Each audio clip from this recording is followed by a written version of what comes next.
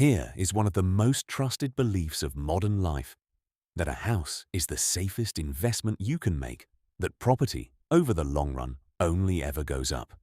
It feels like bedrock. It is also, for most of recorded history, false. Because if you could chart the real price of a house across the centuries, stripping out inflation, you would not see a staircase climbing steadily to the sky.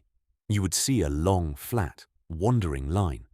Real house prices went almost nowhere for 300 years, and then, in a single lifetime, they broke away from everything. This is the story of the price of a roof. This is the long series. We can actually measure this thanks to one remarkable street. In Amsterdam, the houses along a canal called the Herengracht have been bought and sold on the same plots since the 1600s. The economist Piet Eichholtz tracked their prices across 3.5 centuries, from 1628 to 1973, the longest continuous record of house prices in the world. Watch what the real, inflation-adjusted price does. It rises, it falls, it booms in a golden age and slumps in a war. But after 345 years, a house on that canal was worth only about twice what it had been. In real terms, over 3 centuries, it had barely moved. Why would a house behave like that? Because a house is not magic. It is bricks, timber, glass, and labor, sitting on a patch of land. The building itself slowly wears out and must be repaired or rebuilt. And for most of history, when a growing town needed more homes, it simply built more of them. The supply could rise to meet the demand. So the real cost of a house tracked the real cost of building one, and that, over the long run, is a story of remarkable stability, not endless ascent. It helps to remember what a house actually is. For almost everyone who ever lived, a home was not an asset to get rich from.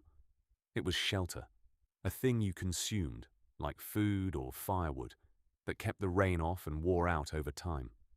The true price of housing was the price of that shelter, the rent, the upkeep, the roof repaired before winter. The idea that the building itself should quietly make you wealthier every year, simply for existing, would have struck almost every previous generation as very strange indeed. And it is not just one canal.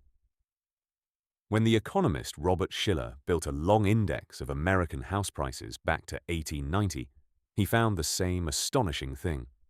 Adjusted for inflation, United States house prices spent the entire 20th century wandering around the same level.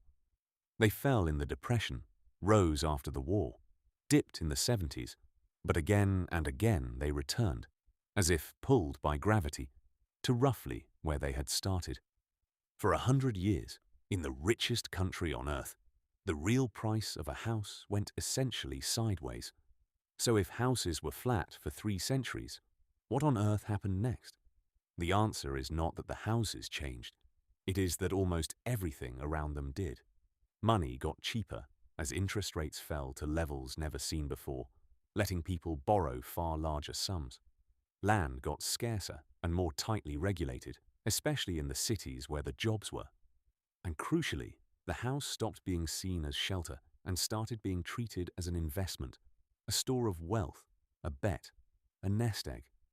Demand no longer had a ceiling, and supply, hemmed in by rules and geography, could no longer keep up. And so, at the very end of our long flat line, something breaks. From around the 1990s, in country after country, real house prices detach from 3 centuries of history and begin to climb almost vertically. In the United States, they doubled in real terms in barely a decade, then crashed spectacularly in 2008, a reminder that what goes vertical can also fall. But once the wreckage cleared, they simply climbed again. The line that had wandered patiently for lifetimes suddenly looked like a cliff face. Here is the whole shape, end to end, centuries of flat, and then a wall. But a house price on its own does not tell you who can afford it.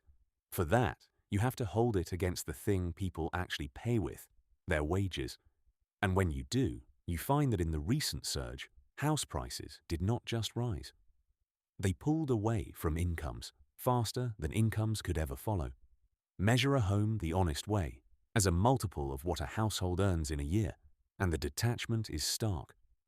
In the United States, a typical home cost around 3.5 years of median income in the mid-1980s. By the year 2000, it was near 4. Today, it is roughly 5 years of income and more, and in the most desirable cities, far higher still. 10 years, 15, an entire working life for 4 walls and a roof. The house did not get better.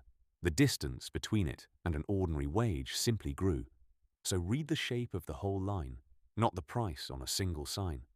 For 300 years, a house was what it looks like. Shelter, roughly holding its value, wearing out and being rebuilt. Only in our own era did it become the great escalator we now assume it always was. And that escalator is precisely why, for so many, the bottom rung is out of reach. We've now measured what a day's work bought, what bread cost, how long you had to live, how hard you had to work, and what it costs to be housed.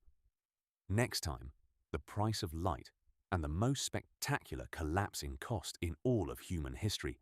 This is the Long Series. Subscribe, and we'll keep reading the long lines together.